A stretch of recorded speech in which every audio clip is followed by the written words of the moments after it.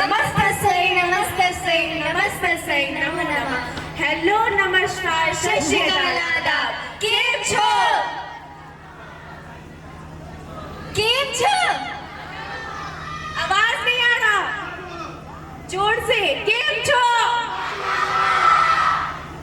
जैसा कि हम सब जानते हैं, नवरात्रि को बुराई पर अच्छाई का जीत का प्रतीक माना जाता है। माँ दुर्गा का 9 स्वरूप है जो स्त्री शक्ति का दर्शाया जाता है। 9 रूपों का एक अलग अलग महत्व होता है। तो चलिए 9 रूप दुर्गा माँ के 9 रूपों का एक्सप्लेनेशन देखते हैं। माँ दुर्गा के पहले रूप को शैलपुत्री के नाम से जाना जाता है। इस रूप को देवी पार्वती के रूप में दर्शाया जाता है। देवी पार्वती को सतीनी कहा जाता है।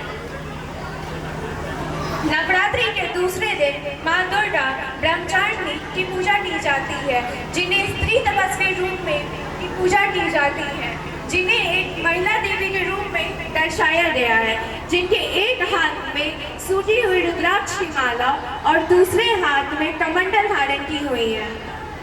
माँ दुर्गा का तीसरा रूप चंद्र घंटा है।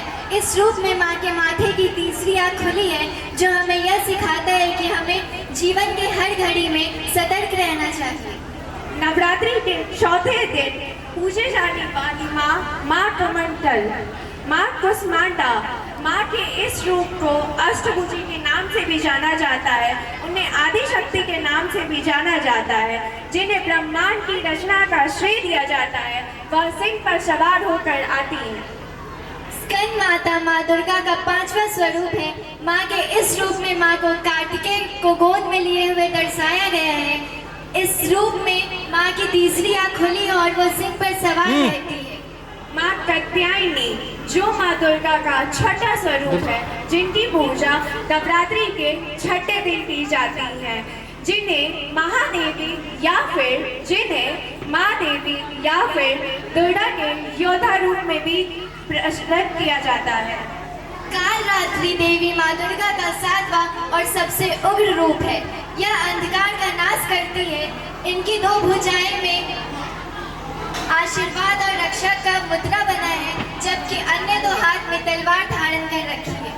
महागौरी दुर्गा माँ का 8वां स्वरूप है, जिनकी पूजा नवरात्रि के 8वें दिन जाती है। माँ के इस रूप को चतुर्भुज के नाम से भी जाना जाता है, जिनके एक हाथ में त्रिशूल है और दूसरे हाथ में डमरू, जिन्हें 2 भुजाओं से वो अपने भक्तों को आशीर्वाद देती है और डर और भय से दूर रखती है। वह बैल या सफेद हाथी पर सवार होती है। माँ दुर्गा का 9वां और सबसे अंतिम रूप है सिद्धिदात्री।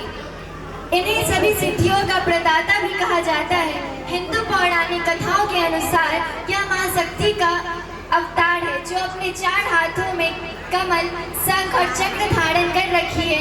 इन्हें ही ब्रह्मांड का रचनाकार भी कहा गया है। सार जहाँ भी उसी की होती है जो मुस्कुराना जानता है। रोशनी उसी की होती है जो समाज जलाना जानता है।